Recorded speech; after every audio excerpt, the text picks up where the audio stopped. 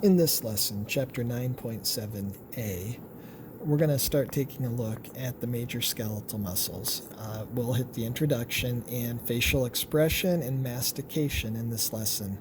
And at the end of this lesson, you'll be able to identify and locate the skeletal muscles of each body region and describe the actions of each of them. Major skeletal muscles. This section discusses the locations, actions, origins, and insertions of some of the major skeletal muscles. The tables that summarize the information concerning groups of these muscles also include the names of nerves that supply or innervate the individual muscles. The two figures here, 9.23 and 9.24, show locations of superficial skeletal muscles, that is, those that are near the surface. The names of muscles often describe them. A name may indicate a muscle's size, shape, location, action, number of attachments, or direction of its fibers, as in the following examples. Pectoralis major, a large, major means large, muscle in the pectoral region. Pectoral means chest. A deltoid, shaped like a delta or triangle. Extensor digitorum, extends the digits, the fingers.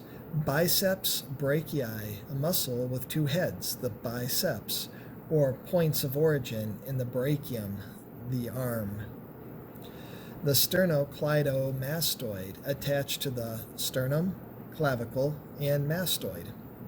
External oblique, located near the outside, with fibers that run obliquely or in a slanting direction. At times, there are discrepancies between anatomical terminology and the terms of the general public uses when referring to body parts. For example, someone with a bruised thigh may complain of a sore leg instead of correctly referring to the thigh. Similarly, someone may describe an action as flexing a muscle when really the muscle is contracting and the corresponding joint, such as the elbow, is flexing. In this book, we've tried to adhere to accepted anatomical terminology when referring to body parts or to body movements. On the other hand, you will likely be dealing not only with colleagues who rely on the precision of correct terminology when communicating, but also with patients who simply sometimes desperately want to communicate. You must become a master of both ways of communicating. The bottom line is being able to communicate accurately with colleagues and effectively with patients. Note that in the anatomical position, some actions have already occurred, such as supination of the forearm and hand, extension of the elbow, and extension of the knee. The muscle actions described in the following section consider the entire range of movement of each joint and do not presume that the starting point is the anatomical position.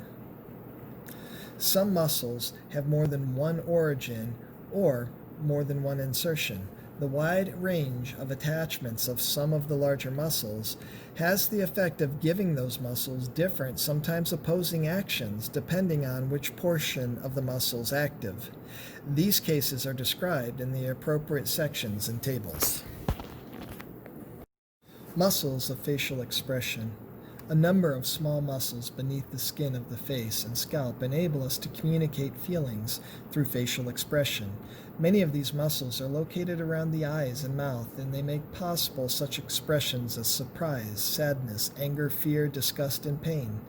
As a group, the muscles of facial expression connect the bones of the skull to connective tissue in regions of the overlying skin. The figures here show these muscles and list them. The muscles of facial expression include the following: the epicranius, orbiculus oculi, orbiculus oris, buccinator, zygomaticus major, zygomaticus minor, and platysma. This table summarizes the following information. The epicranius covers the upper part of the cranium and includes two muscular parts, the frontalis, which lies over the frontal bone, and the occipitalis, which lies over the occipital bone. These muscles are united by a broad tendinous membrane called the epicranial aponeurosis, which covers the cranium like a cap. Contraction of the epicranius raises the eyebrows and horizontally wrinkles the skin of the forehead, as when a person expresses surprise. Headaches often result from sustained contraction of this muscle. Orbicularis oculi is a ring-like band of muscle called a sphincter muscle that surrounds the eye. It lies in the subcutaneous tissue of the eyelid and closes or blinks the eye. At the same time, it compresses the nearby tear gland or lacrimal gland, aiding the flow of tears over the surface of the eye. Contraction of the orbicularis oculi also causes the folds or crow's feet that radiate laterally from the corner of the eye. Orbicularis oris encircles the mouth. It lies beneath the skin in the mucous membranes of the lips, extending upward to the nose and downward to the region between the lower lip and the chin. The orbicularis oris is also called the kissing muscle because it closes and puckers the lips. The buccinator is located in the wall of the cheek.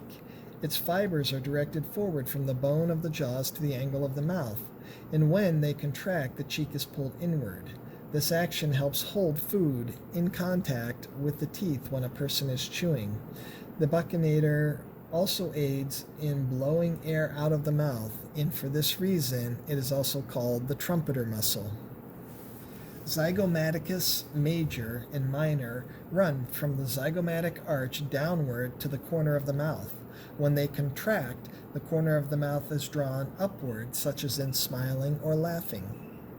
The platysma is a thin, sheet-like muscle whose fibers run from the chest upward over the neck to the face. It pulls the angle of the mouth downward, as in pouting. The platysma also helps open the mouth. Muscles of mastication. 4 pairs of muscles attached to the mandible produce chewing movements. These are 3 pairs of these muscles close the lower jaw, which happens in biting. The 4th pair of muscles of mastication can lower the jaw, causing side-to-side grinding motions of the mandible and pull the mandible forward so that it protrudes.